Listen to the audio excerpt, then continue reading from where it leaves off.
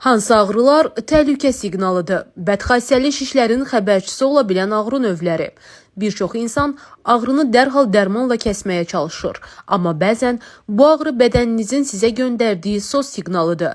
Əgər bir ağrı 2-3 həftədən çox davam edirsə, səbəbini bilmirsinizsə və getdikcə artırsa, bu sadəcə yorğunluq və ya soyuq dəymə olmayacaq.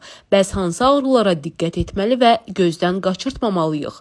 Gecələr daha da güclənən sümük ağrıları, xüsusilə heç bir zədə olmadan yaradıbsa, keçməyən və hər gün şiddətlənən baş ağrısı, ağrı kəsici dərmanlar təsir etmirsə, sinə və kürəkdə sıxıcı ağrı, nəfəs darlığı və öskürəklə birlikdədirsə, udğunarkən boğazda ağrı və səsdə dəyişiklik uzun müddət davam edirsə, arıqlama, halsızlıq və iştahsızlıqla birlikdə qarnın və ya bel ağrısı.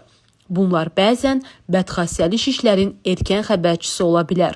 Unutmayın, erkən müdaxilə hər zaman həyat qurtarır.